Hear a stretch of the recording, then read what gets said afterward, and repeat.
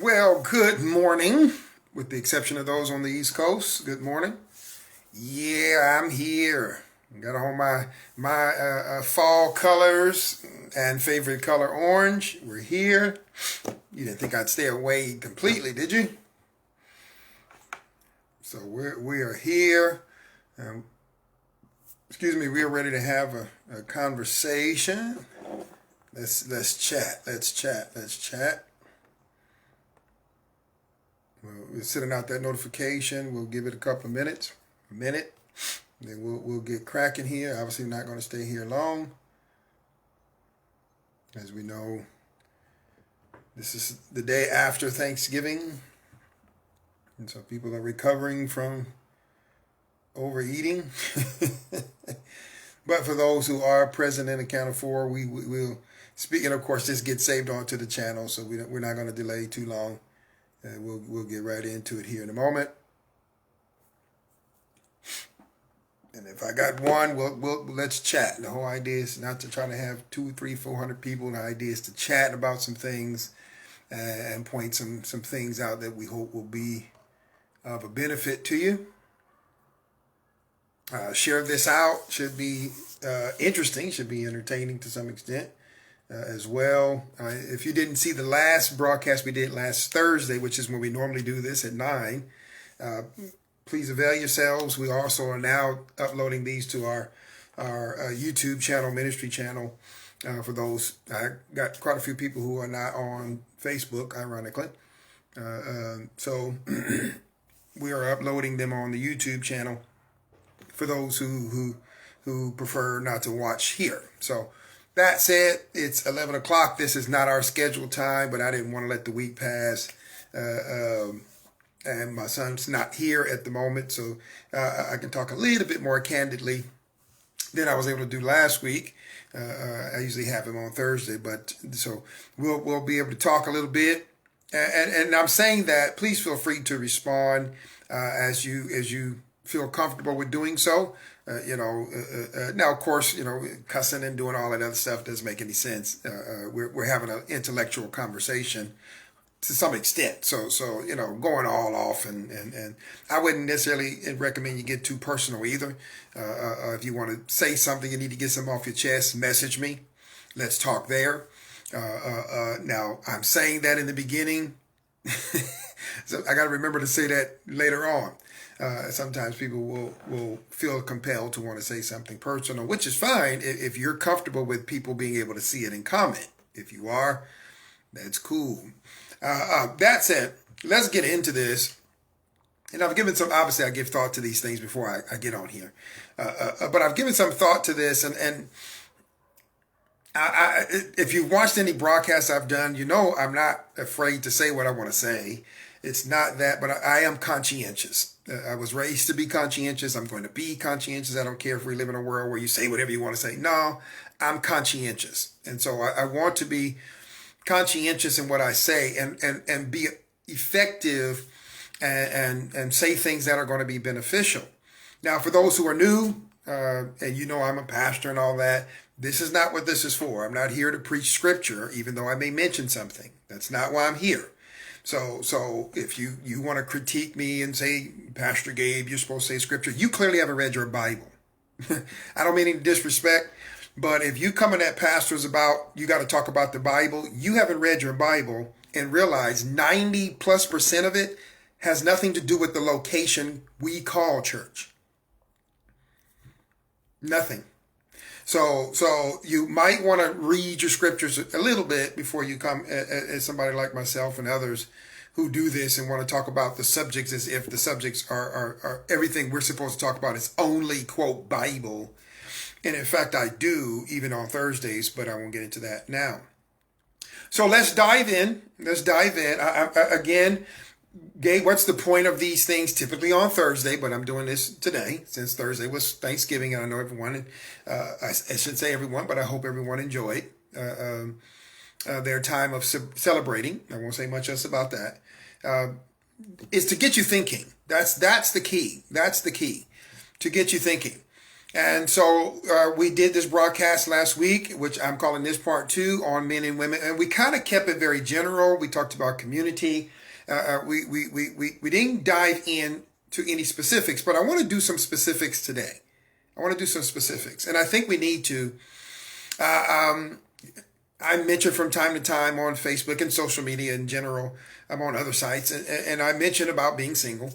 And I mention it as just kind of my living. I try not to talk about it as if it's something by itself. I've had a couple of conversations recently, and it's come up, and I realize that there are some people who are single, who I'm getting right into it here. Some people who are single who live, not just live and they so happen to be single. No, they live single.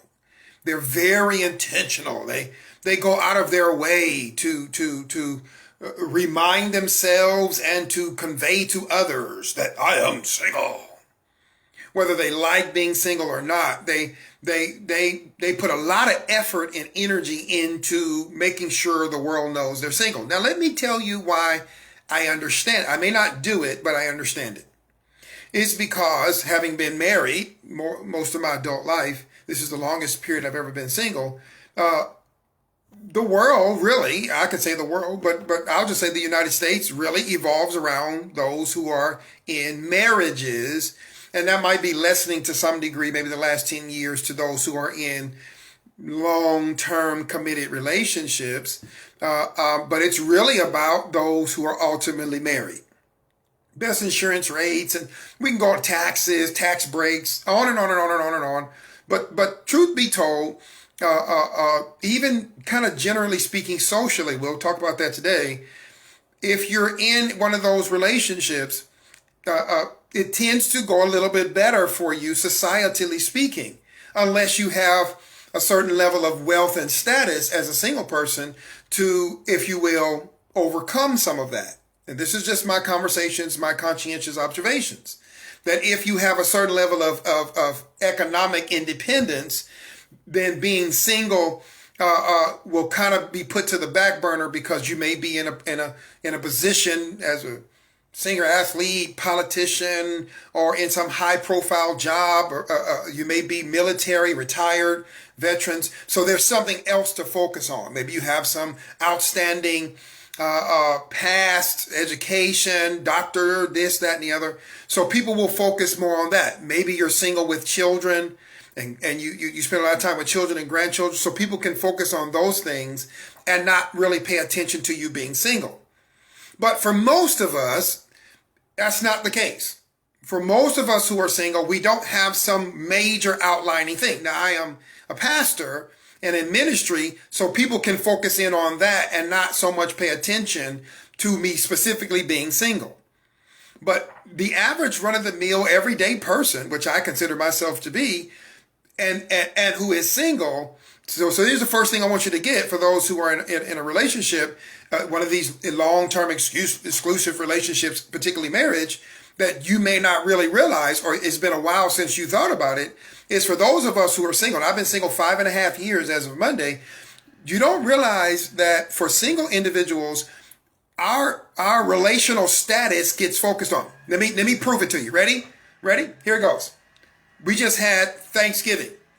So, hey, what's your plans for Thanksgiving? Getting together with family. That's a general question that most people get, right?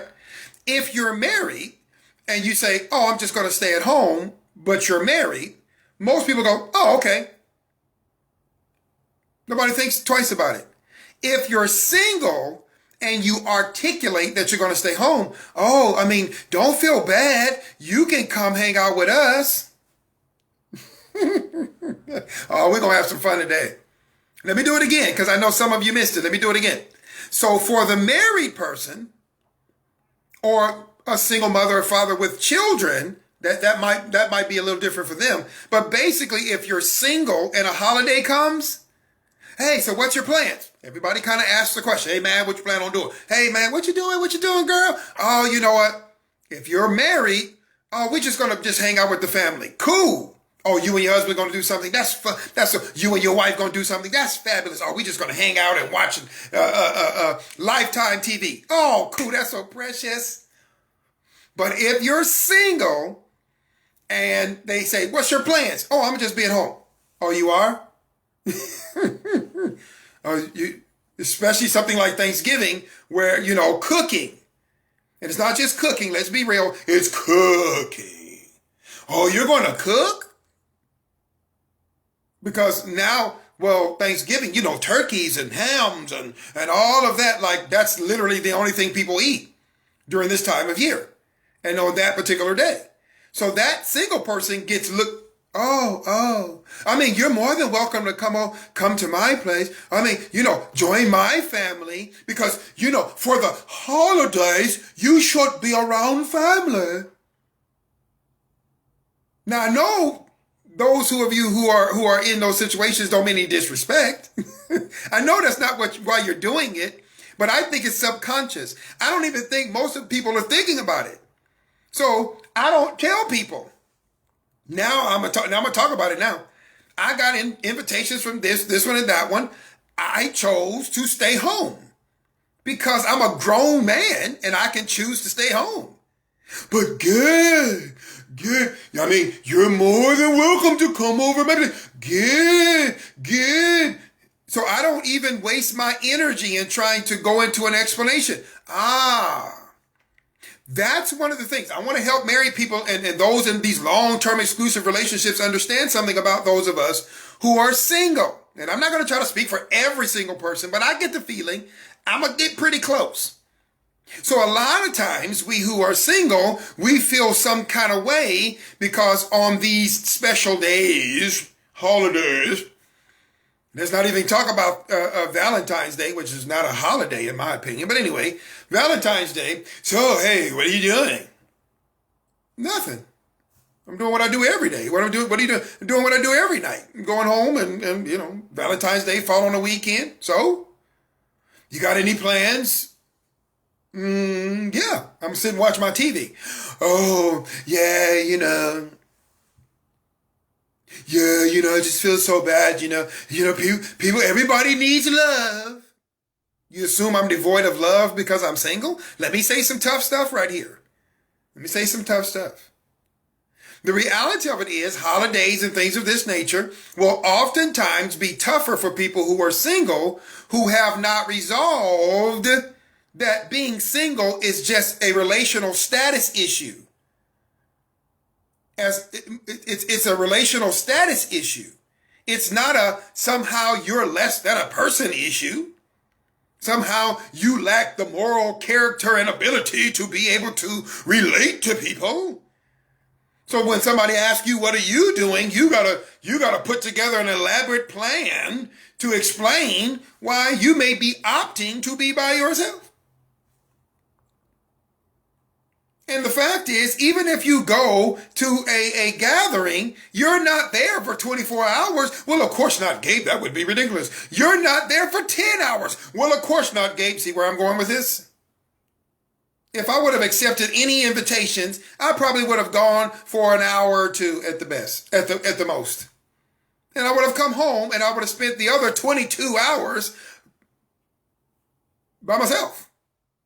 Now, I so happen to have my son up until the afternoon, but I would have spent the better part of the day by myself, which is what always happens, even if I do accept an invitation. Single people. And you know what happens if you overstay your welcome, single people. Oh, it's so pathetic.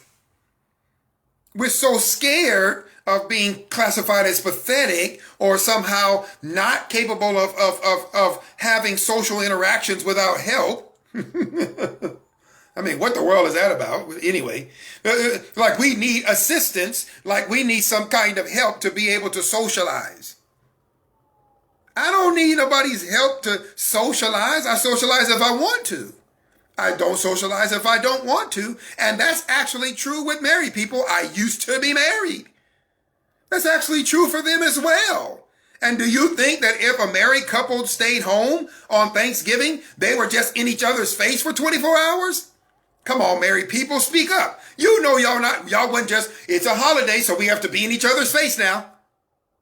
No, you had some time, you maybe ate together, maybe watched a little TV, and then you did your thing. But this idea, socially speaking, again, community is always, we're always keeping in mind the idea of community for men and women who are single in particular. It gets difficult, especially around this time of year, because if you opt to stay home, I actually enjoy my own company. But why do I have to explain that to anybody?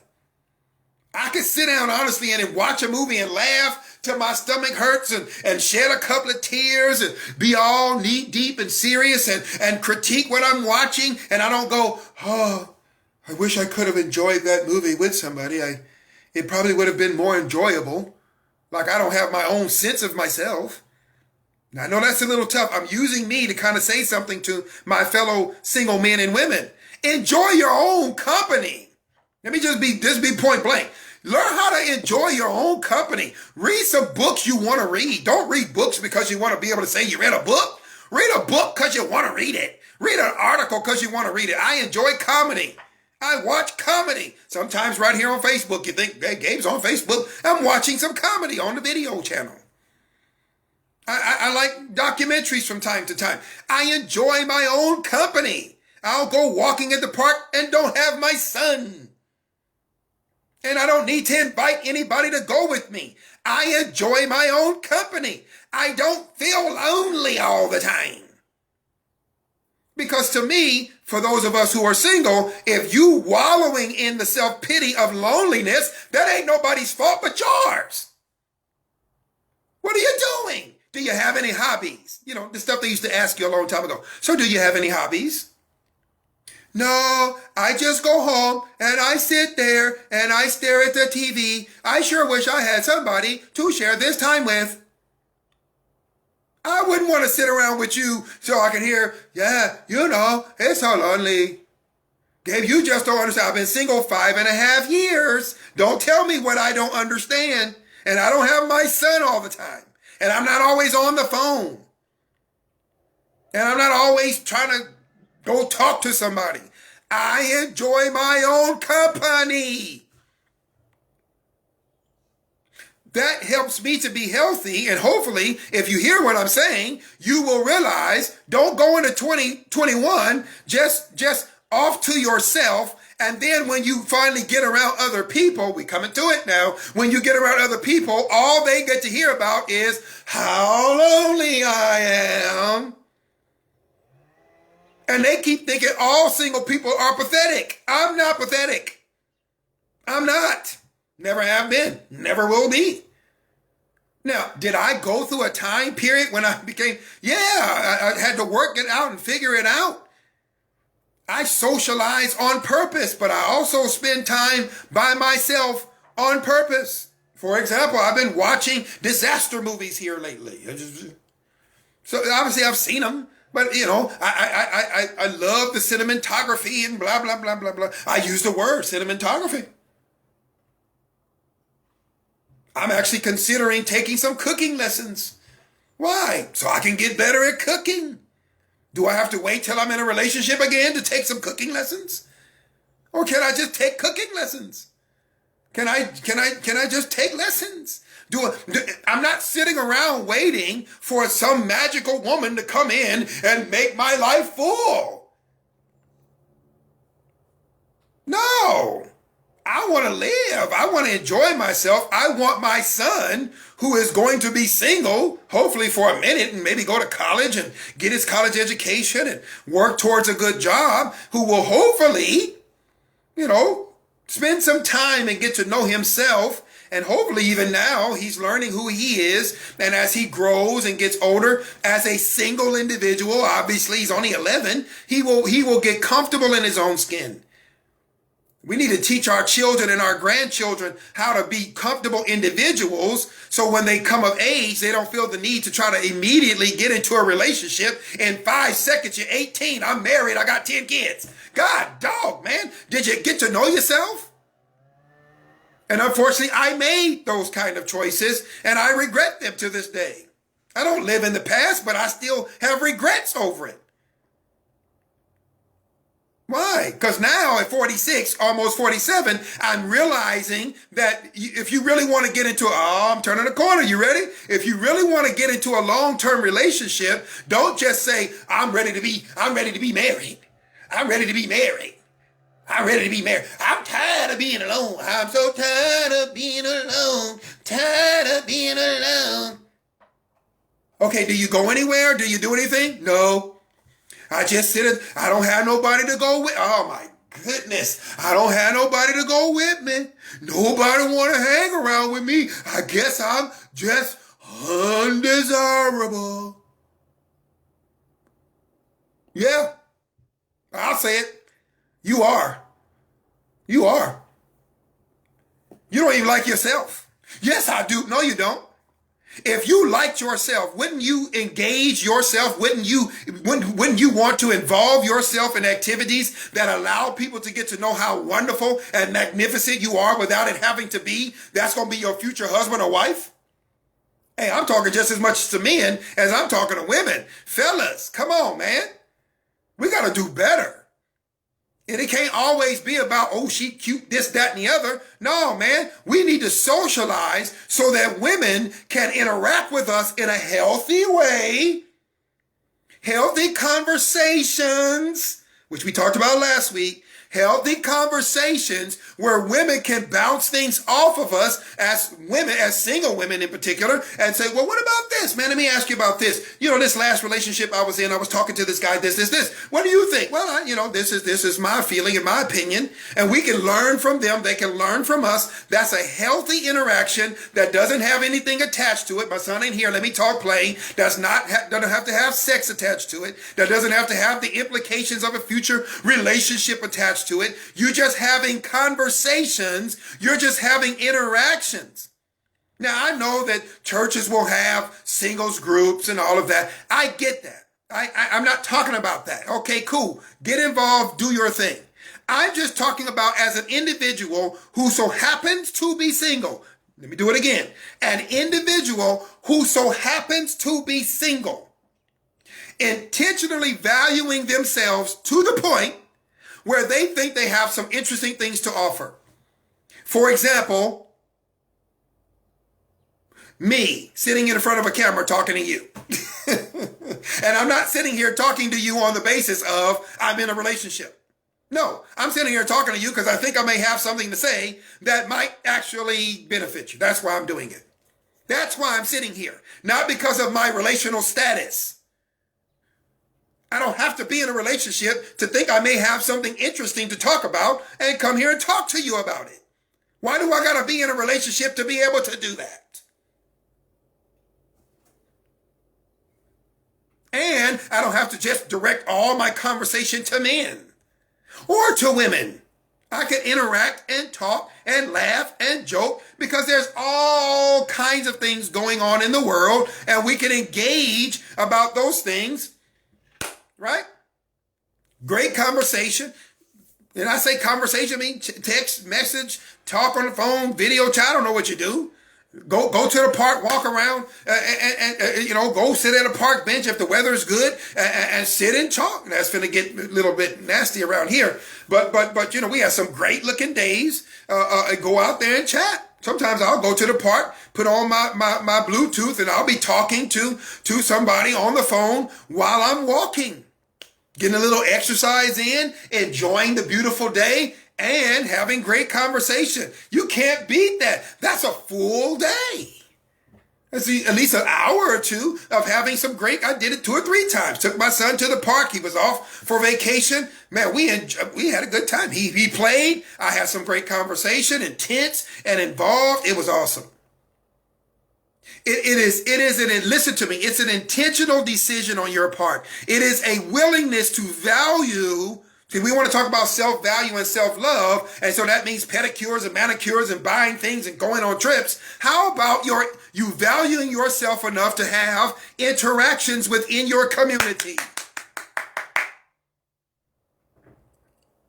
How about that? How about not just valuing yourself, but valuing others in your community enough to share yourself in communication and in time spent with others? You might find, single man, single woman, that you have people who really would love to be in your company, and no, they may have some relational intentions. I understand that. I mean, but you don't shy away from it, because there may be some interest that is drummed up by you presenting yourself as somebody worth spending time with. That's the point. And especially for those of you who think you're ready for a relationship, are you ready to not just go on dates, but just have interaction, just have conversation? No, I only want to talk to one man exclusively because I don't want people to think things about me. And yet you're the same person posting things that says, I don't care what people say about me. Hello? I don't care what people say about me, but on the same token, I don't want people thinking things about me because they see me out socializing with the opposite sex, having conversations, enjoying some Starbucks or whatever you drink. I just say Starbucks because it's got multiple drinks. But anyway, whatever you drink, and an adult beverage, whatever, and you're having some great conversation and you're just socializing. And if somebody wants to say, particularly somebody married, who wants to run their mouth, oh, he's out with somebody else again. Oh, she's out with somebody else again. Oh boy, what kind of see, and we're letting married people, and we're letting people who are in long-term relationships dictate to us, as people who so happen to be single, how we need to socialize.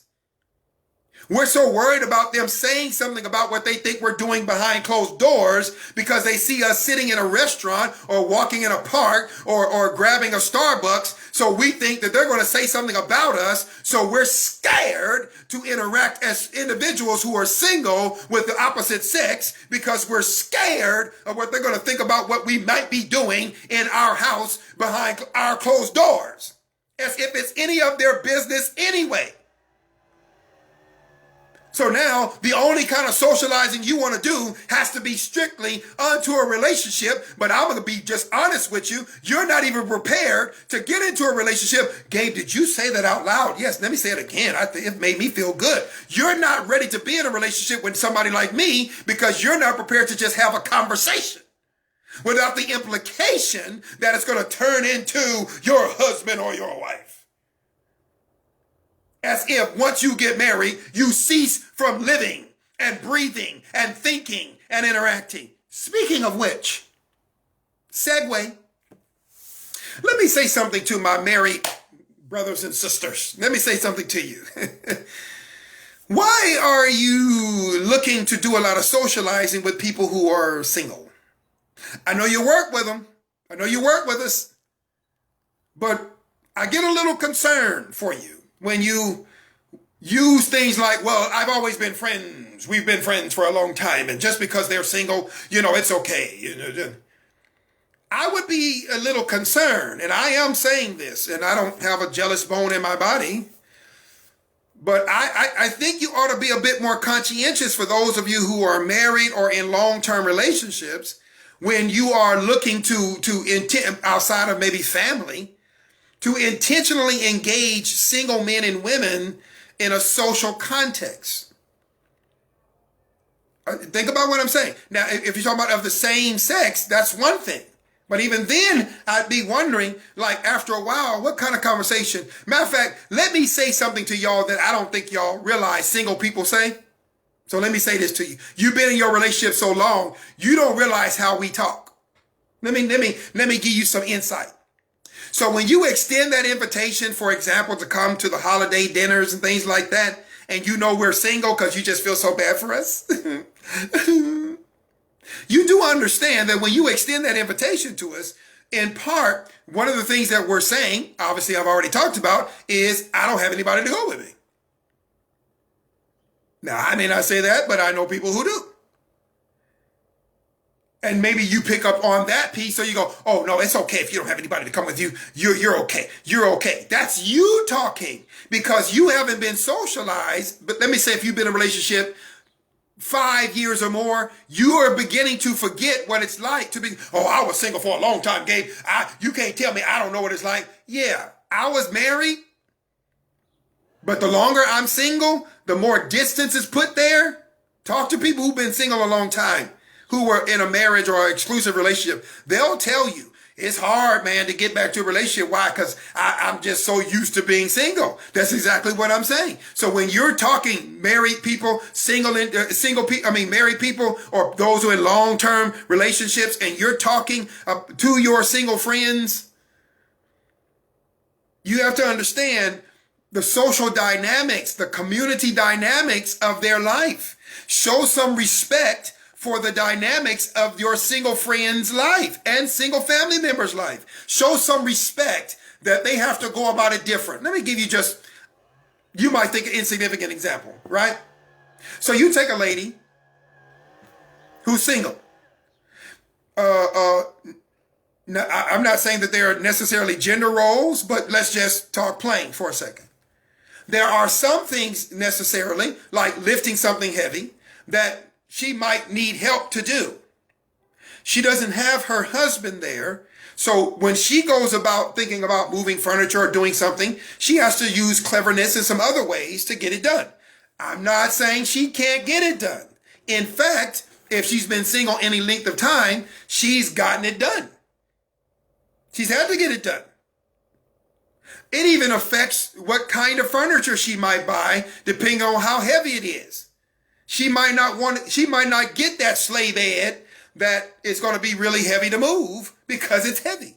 She may not get that armoire that she may really want because of its heaviness, unless she's got a grown son or she's got some males or some lady friends who can come and assist her in what she's doing. Now, there's exceptions, Gabe, and there's a strong women. I'm not getting into that. Don't turn my conversation somewhere else.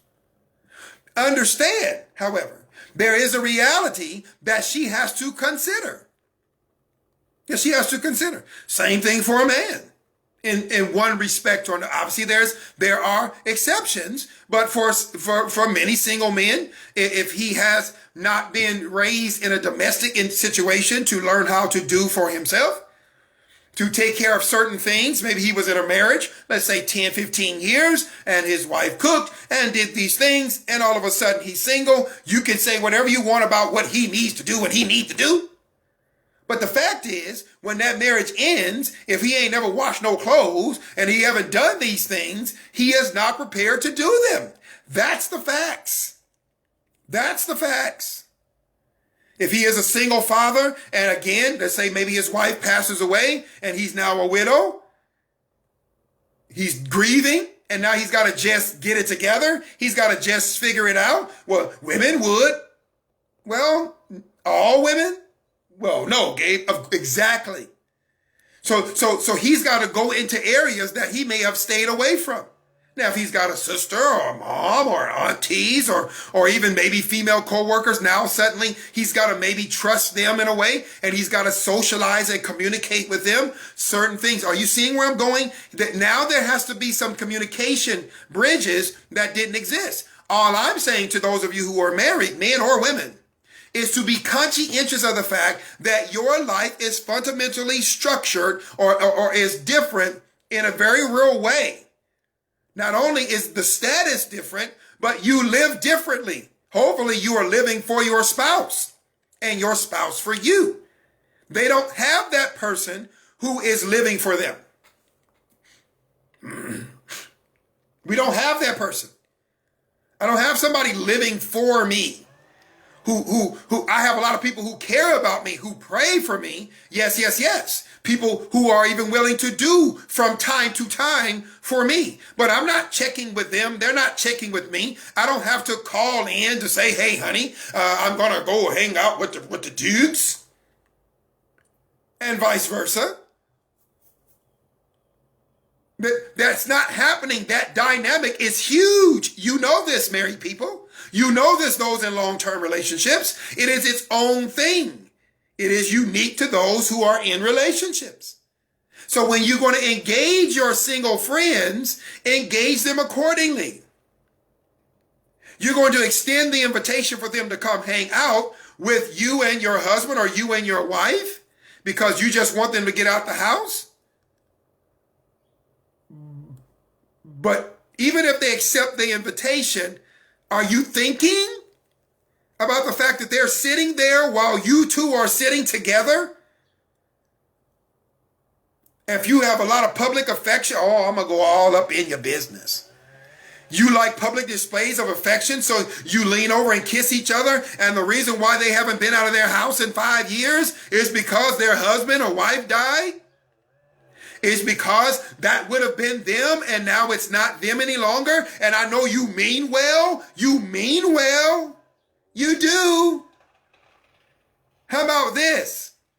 Just extend an invitation. If it's to a man, the man extend the invitation. If it's a woman, the wife or whatever, the fiance, she extends the invitation. So it's just two women or two men who are interacting, or invite a large group of both single and single and married individuals, or people in long-standing relationships, and kind of intermingle. Of course, you know what happens. The married people sit next to each other because there's some rule of thumb that the married people have to sit next to each other. Why? You don't think I can do this? You don't think I know? Of course I do. If you're going to extend the invitation, y'all already married. Why you got to be in each other's face for those couple of hours you're there at the wherever you're located for the social event? Give each other some room and just socialize as individuals. Oh, that's good. That's good right there. I like that. So to the married people, or to those in long-term relationships, if you're going to invite your single friends, men or women, into your environments, stop being all up on each other.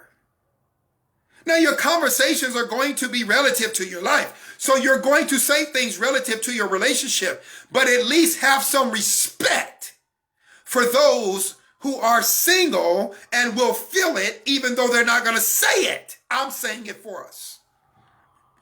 They're going to feel it. They're going to feel it every time. And if you ask them, they're going to be good friends and they're going to say, no, it's okay. They're going to be good friends and say, I understand. I mean, you guys love each other. It's so wonderful. It's wonderful. They're going to be good friends and keep it to themselves. They're not going to tell you. They're not going to tell you, of course, because it seems like jealousy or envy, and they don't want to do that. They don't want to come. They'd rather just stay away. Even if you're siblings, even if you're family. When you bring single people into your space, married people, or you go into their space, interact as individuals. Yeah, we all know you guys are together, but interact as individuals. Just talk and laugh or be whatever you're doing as individuals. You don't have to sit next to each other. Why? Just talk. We got to be on the same team because we're married. What in the world? And I'll admit, when I was married, that's just what you do. That's the assumption, right? Just how you interact socially. You have to always be living like your status. I hope y'all get my underlying point here. Why are we overtly overdone in the presentation of our relational status? So whether you're married or single, what is the need to be ramming that down the throats of those in your community? Even if you are in a community, watch this. Now I'm going to get deeper. I'm going deeper. Even if let's say you're in a married community, so you're married and you are in a community with others who are married. All right, cool. You know, as well as they do, that there are times when relationships get rocky. Yeah. And maybe you're at just a great place, man. You're at a utopian. Things are really, really smooth for you. And your boy or your homegirl, your friend girl, friend boy, Jesus Christ, they may not be in a good space. Well, Gabe, they need to see a healthy relationship as spoken by somebody who's in it. As spoken by the one who is the one who's experiencing it and enjoying it. No, what they need is somebody to talk to. They don't need you parading your relationship in front of their face as if they can become you. You know what that creates? See, y'all don't understand. I'm a person who pays attention. What you're really creating is covetousness. Have you ever heard, You ain't gonna like it. Have you heard of she slept with my best friend, he slept with my best friend?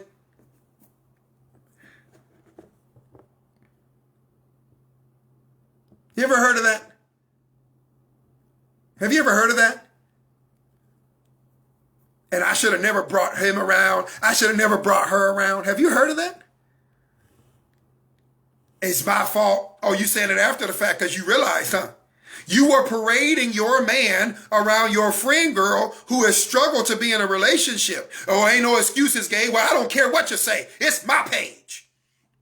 You're parading your relationship around, and she's looking at how fantastic and fantabulous he is and watching him interact with you, and she's going through a struggle, and you're not thinking to have some wisdom, because I'm here to help. Have some wisdom. She's hurting. She's broken. She's broken by a man. He's broken by a woman. He's gone through a terrible divorce. He's broken. He's torn up inside. And you're parading this man around your wife, dude. What are you doing? Hey man, just come hang out with me and my wife, man. Yeah, just come hang out. And she's watching how he's watching how she interacts with you, and he's thinking about what he had wanted his wife to be, and he's paying attention to her. And he starts making comments about, man, I wish my wife would have done that. Yeah, man, she's really awesome. Now you're bragging on her because you're so proud, like you made her that way. Yeah, man. And this dude is hurting, and he's looking at your wife, and he's listening to you. You see where I'm going? He's listening to you brag about your wife. He's watching her do it. His wife abandoned him, jacked him, left him, cheated, and now you can't figure out why. He's sitting there talking to her, and he don't need you. And before you know it, you get the report. You're all that you never wanted to hear, that they spent time together, but you paraded your wife around him. Now, I can flip it. You need me to flip it? And we're all devastated. Oh, that's just she cheated with my best friend. You practically put them together. You ran them down each other's throats. What are you doing? What are you doing? There is no conscientiousness here. There is no discernment here. If that man is hurting because his wife abandoned him, the last thing he needs is your wife. Do you understand what I'm saying? And I'm not making no apologies for my intensity. I'm tired of hearing about, yeah, they ended up with my wife. Yeah, they ended up with my husband. You mean the one that you paraded in front of them? Oh, I know y'all don't want to hear me, but you better hear me. Dave, you trying to say it's my fault? Not all of it, but some of it. Some of it. How did he even get access to your wife, dude? How? Unless you gave him access. Why was he always at your house with your wife walking around how she walk? He go home to his lonely place and come to your house, and he's always in your man cave interacting with your wife after he just got devastated by his wife dying. And you can't figure out why he starts maybe having some emotional thoughts about your wife. You can't figure out why he might start having some emotional thoughts about your daughter. Really? You can't figure that out? That was too hard for you to get. You were trying to be a great friend, so you paraded your wife in front of him. You had no respect for the fact that he was hurting or she was hurting, that they were broken, and they didn't need that. What they needed you to do is sit down and listen. And listen. Not parade your spouse in front of them, knowing that they're vulnerable and they're sensitive, and they just might end up creating some feelings that is inappropriate. It's inappropriate. He's not supposed to think that way about your wife. He keeps telling you, no, man, I'm good. I don't want to come over. And you keep saying, man, get over here. And he's saying, dude, no, because he had a thought about your wife that he didn't feel right about, and he don't know how to tell you. So you keep telling him to come over. And you keep saying, man, come on out with us. And he's trying to avoid it, but he's a human darn being, and you don't know how to do it. He's hurt. He's broken. She's hurt. She's broken. Not every affair is strictly about sex, people. Grow up. Grow up. You think every affair was just strictly about sex? Really? What age do you live in? This is the 21st century. Do you think every affair is just strictly about sex? Hey, affairs happen in communities. Come on. Come on. Do you think it's strictly about sex? Do you think it's strictly about sex? Do you think marital infidelities is just strictly about wanting to have sex with somebody else? Okay, y'all don't like that one. Let me move on. So the reality of it is, even if you're in a marriage, you have to be conscientious. You have to use discernment. Hey, my boy is hurting. His girl just broke up with him. They were together for 5 years. The last thing I need to do is parade him around. No, okay, he needs to see a healthy relationship. No, what he needs to do is heal. He's not even ready for a relationship because that we call that rebound. And having done that, trust me, he's not ready to even begin to think about another relationship. She's not ready to even think about another one. That's just rebound. That's just seeking an emotional attachment to dump the emotions from the previous situation. Woo, that was good. That was good. Write that down. Replay that, write that down. They're just seeking an emotional attachment so they have a place to dump the hurt, the loss, the frustration. They may lay together, true, but it's not really that. It's not really that. It's really about a place to dump the emotion of the brokenness, of the hurt, of the devastation, of the whatever. That's all it is. It's extremely unhealthy. I can tell you that much. It's extremely unhealthy, but I'm not trying to go to the psychological. I'm tempted to go into some of the psychological ramifications, but it's unhealthy. So you don't want to parade. So, Gabe, what are you saying? That's my boy, though. He need me to be, yes, he needs you, not your wife, not your girl. He needs you. And he don't really need you trying to set him up. Because who are you to say, oh, I'm all in your business? Who are you or I to say that we know when somebody's actually ready for another relationship? You just tired of them moping. Do you really want to put your broken-hearted friend off on somebody else?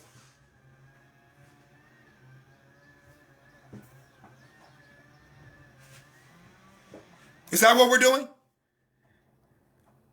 He been in his house for 3 weeks. She been in her house. She won't talk to nobody. She ain't socializing even with you very well. So you think the best fix is to put them in a relationship with somebody else? How about start here? Hey, man, you need to get some counsel. You were in that relationship, man. You guys were married for 25 years. Man, it was awesome. She died of cancer. You need to get some counsel. Man, you were with that man for so many years and he cheated on you with your best friend. You need to get some counsel. Not get in another relationship. Don't get on a dating site. Don't go to the clubs and the bars. Get out of those places. And go take yourself somewhere and sit on somebody's couch and let them open up your mind and pull that garbage that was planted in there out. We give the wrong advice. Stop giving it if you don't know what you're talking about. Send them to me so I can help them. Some of y'all just, hey, tell them, look, man, I'm your boy. I'm your girl. I love you. I don't know what to tell you. Just tell them the truth. I don't know what to tell you. I don't have no good advice for you. But you my boy, which means you should know me well enough to know, don't ask me no advice. Now, if we supposedly good friends, don't ask me, dude, because you know I struggle with relationships. Yeah, that's true. So let me call my pastor. Let me call, somebody who's got some background, some counselors or something, and get you some right information. Breakups can end up destroying an entire community. I need to do a whole thing on breakups. Breakups will destroy an entire community. An entire community. If we don't handle breakups right, we can destroy an entire community and generations. I don't even want to get into kids because I just want to keep it on the men, women level. But we can destroy our children if we don't handle breakups. I've been through it. I've been married before, remember? So I know all about breakups. If we don't handle breakups right, we will destroy generations. Woo! It just is what it is. And so we've got to handle each other in these communities as men and women. We've got to handle being single. And I don't really do much on marriage and married people. So y'all hang with me, married people. So I already talked about how married people handling single people, socially speaking. But now I'm talking about how married people should handle each other. Because in those relationships, yeah, y'all good friends and y'all go to the country club together. Y'all play golf together. Y'all knit together, whatever you do. That's cool. But be careful how you present. Now we all know this when we see this in movies. So when your husband ain't what you want him to be, when your wife ain't, oh, come on, stay with me now. When your wife ain't what you want her to be, who do you go talk to? Who should you go talk to?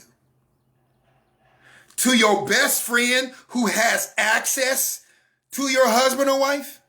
I don't care, men or women, I don't care. Is that really a good idea? Unless your best friend is a counselor, certified, a pastor or something of that nature who are going to speak very reasonably and soundly. I don't recommend, hear me men and women, I don't recommend that you go and tell your best friend about your husband or your wife that's screwing up, because they have direct access to each other. And then you're going to have the nerve to invite them over to the house, and they got to look at your husband or your wife who's cheating or lying or cussing or fussing or whatever. And you done told them an earful for the last 2 weeks, and now they got to sit there and be civil after you filled them with all the garbage of your marriage. My God. I know we know this stuff. I know we've heard it. We've seen it on the movies. We've read about it. But we need somebody to come say it from time to time. I don't care if you dating. Now, you ain't, okay, ladies, you start dating. I use women because I've been running men into the ground. Let me use women. So you start dating this fella. Right? You know, selfies on Facebook. Everybody saying, congrats, congrats, congrats. But we all know if you've been in a relationship at least once in your life, it can go sour, right? So now ain't no more selfies. Oh, I could tell you, I'll give you names of people on Facebook. I ain't seen no more selfies. Ain't no more congratulations. Things get a little rough. It happens, right? So things have gone south, right? So you're not posting nothing on social media, but you talking to your peeps, right? Now, they all in your corner, unless they're reasonable and responsible individuals who can listen and tell you the truth no matter what. We all think we have a friend like that. Okay, I'll leave you to your delusions. But the reality of it is, not everybody has a friend like that. Those friends are rare, who will literally tell you you're wrong. Those friends are extremely rare. Extremely. If they were not rare, we probably wouldn't have so much chaos. But the fact is, those kind of friends who really will tell you the truth and risk your friendships, those friends are rare. Most of us will get so concerned about losing our friendships, married or not, that we will only say so much, and they go, well, that's really none of my business. Translation: I know what I need to say, but I don't want to say it, so I'm not going to say it. I'm just going to say it's none of my business because I don't want to lose a friend. Gabe, have you done it? Of course I have. Of course I've lost friendships. Of course. Of course. I am mandated to tell people the truth. I am not mandated to make sure everybody's cool with me. I am mandated to tell people the truth. Who mandated me to do that? Well, I so happen to be a Christian. So you can imagine who told me to do that. I tell people the truth. So even when it hurts, I try to say it as loving as I can. But I tell you the truth. That's why people call me. And that's why also some don't call me. Because they're trying to avoid me like a plague. I'm not Jesus. I'll just tell you the truth, though. I'm not Jesus. So the reality of it is, my point is very simply this. If you feel like you just got to share with somebody, cool.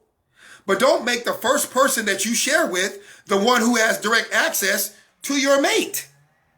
Because now they're conflicted, even if they try to say they're not. They're conflicted. They love you. That's your girl. That's your boy. And they tell you, man, she cheating. Man, he cheating. Now come to the house for a barbecue. Huh? Yeah. Come on over and hang out. Is he going to be there? Is she going to be there? Yeah. We still together. So you, my friend, yeah. They cheat on you, yeah. And you want me to come and laugh and talk and act like nothing wrong? Yeah. Okay, so why'd you tell me? That'd be the first question I ask.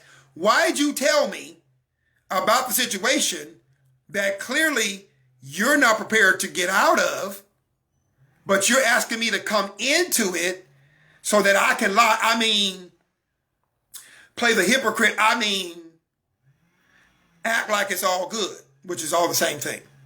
You want me to act like it's all good, and that brother gonna be in my face knowing that he cheating on you. Yeah. You my girl, man. You got me, right? No.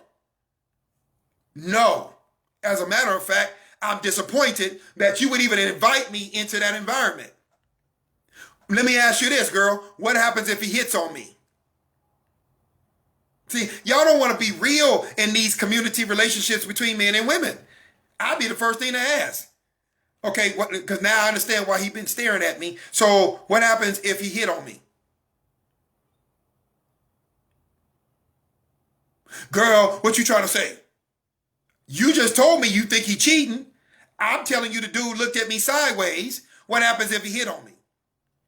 Okay, what happens if I see him hitting on somebody else, flirting with somebody else? You want me to act like I don't see it? I might not be the best person to invite into that environment. And as your friend, I think I need to stay out of that environment.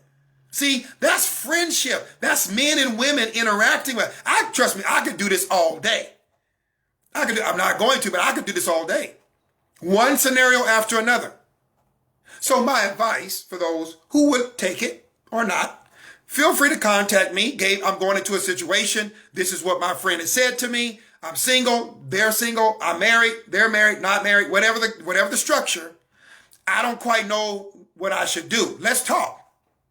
My whole ambition is to try to give you something to think about as to why you may or may not want to do it.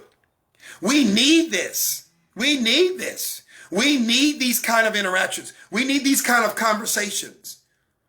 Gabe, what do I do if I get that invitation and her man has flirted with me, but I had kept it to myself? Now she's told me that he has cheated on her. What do I do? Don't go. Don't go. Don't go. Why would you do it? Why would you go? Why would you go? Well, that is my friend, and she says she really needs me. No, she needs you to tell her, get out of that situation.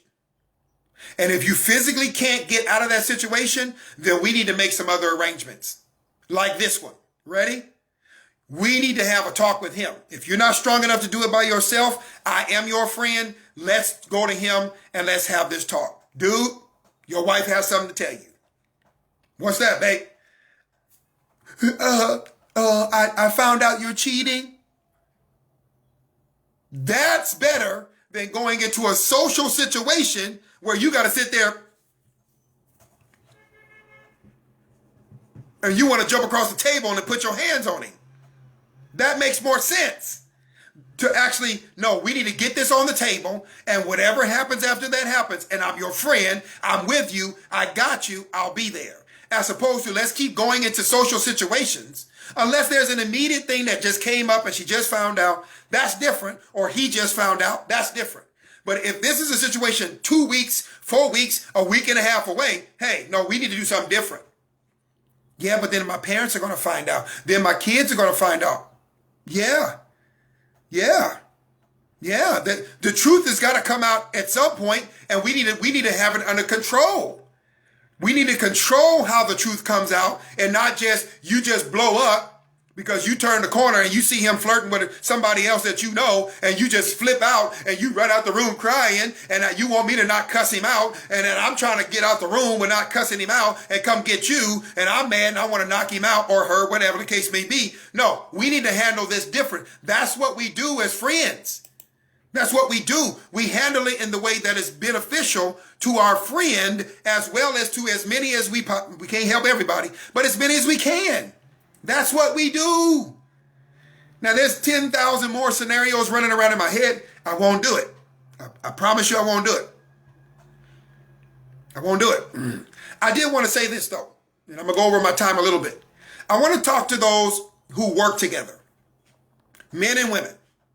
That's one place where you can't necessarily control whether or not you're around married people, single people.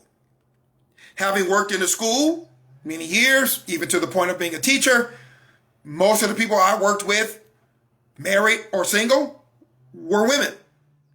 And I got questions about that, especially when I became single.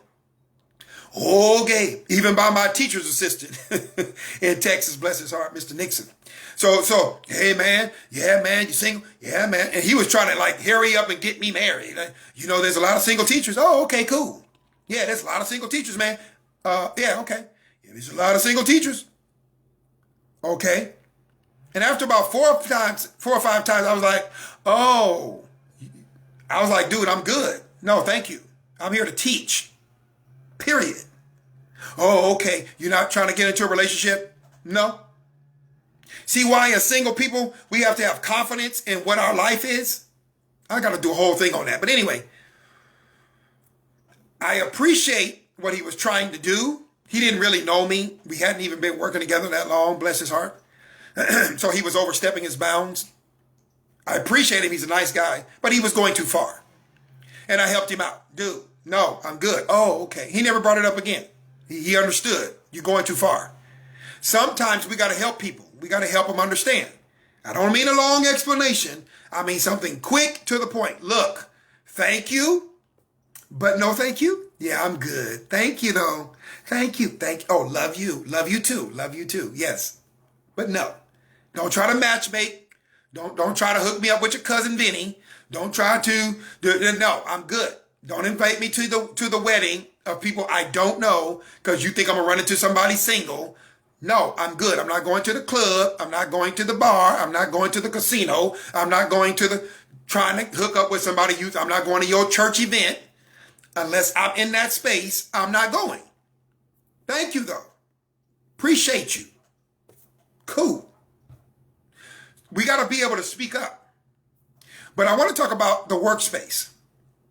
Because unfortunately, the workspace comes with some level of socialization. So the question would be, Gabe, how do we interact when we know we got to socialize to some extent with each other? And as a teacher and as a teacher's assistant, I had to interact with women. I had to. It was nothing. My principal was a woman. I had to interact with her. Married, I'm single. You have to interact. You have to interact with men and women. What in the world do you do? Great question. Now, I could give a long answer. I'm not going to do that. I'm going to shrink it. What you have to do is be that P word. We all know what it is, but we need people to say it. It's called being professional. Okay, really? That's the great secret? I didn't say it was a secret. I told you sometimes we need people to say the obvious thing. We need people to say what we know, but sometimes we don't like to deal with it. because we want to give ourselves permission to not be what we need to be, to not do what we need to do. So let me just remind us all, whether we be single or we're married, we need to be professional. I don't care if you work at an office and you wear a suit and a skirt and a whatever, or you work at a place like a school where it can be really informal at times, very laid back. I don't care if the environment is extremely strict and like this, or the environment is really lax. We need to be professionals. Men and women, watch your jokes, your gender-driven jokes. Like, why are you doing that in an age where you can get brought up on sexual harassment charges? Like, I don't even understand why people are still telling those jokes. Watch your gender-specific conversations when you're on your job. If you're going to have social interaction, which you will, watch your gender-specific conversations, especially about social topics. See, that just makes good sense, but we need to hear it. We need to hear it. Women as well as men. I know we just think Gabe is talking about men on this one. Yeah, predominantly, usually. But I am talking to women as well. Be conscientious, ladies. I got to do it. Give me a few more minutes. Yeah, you sitting there talking. Yeah, girl, I'm just really struggling. I just feel so lonely. And you got 3 gentlemen sitting in the office. And you act like they can't hear you. You convince yourself they didn't just hear you say you're struggling with loneliness. But Gabe, I wasn't talking to them. But if you're in a small confined space, use some discernment and understand, lady, whether you are married or not. If you say things like, I feel lonely,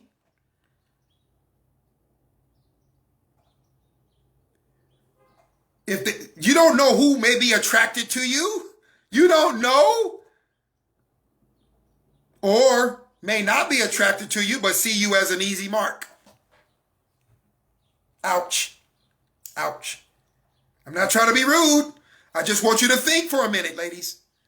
If you're in an environment where you have mixed company of men and women, be careful about the things you say about yourself personally, because you have men who are pariahs, who are listening, tingling ears to hear if they can get to you. Yeah, I've been single a long time. Why are you talking about that on the job? You don't think that man realized he means you ain't had sex? He translate that to mean you ain't had sex. You okay? Did you pass out? Did you need me to call for some oxygen? Is that too plain for you? So he's listening and he hears you talk about being single. He's translating that potentially as you haven't been intimate. Let me change the word for my Christian friends. You haven't been intimate in a while. So between I'm lonely and I've been single for a long time and I'm sure he is sad. See my English on that one? You know what he's translating that to mean? She's an easy mark.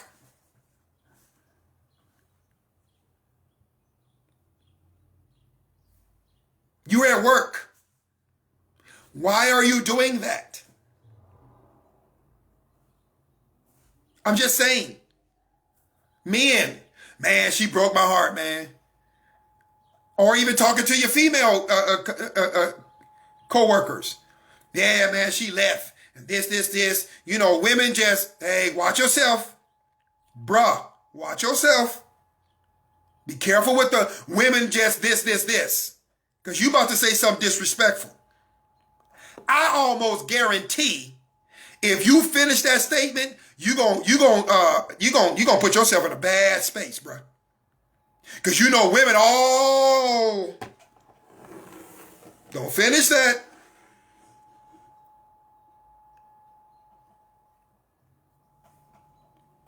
And to the instigators, let me say, stop.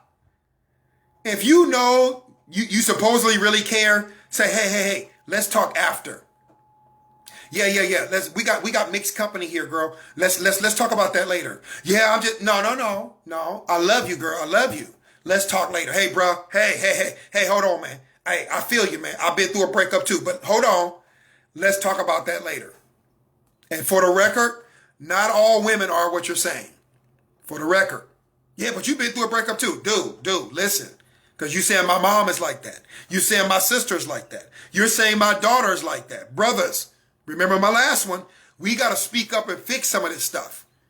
I don't think we got to do this. So you got to catch that brother in a social context and on a work site talking about all women are this. Dude, stop him. Stop. Hey, hold on, bro. Hold on, man.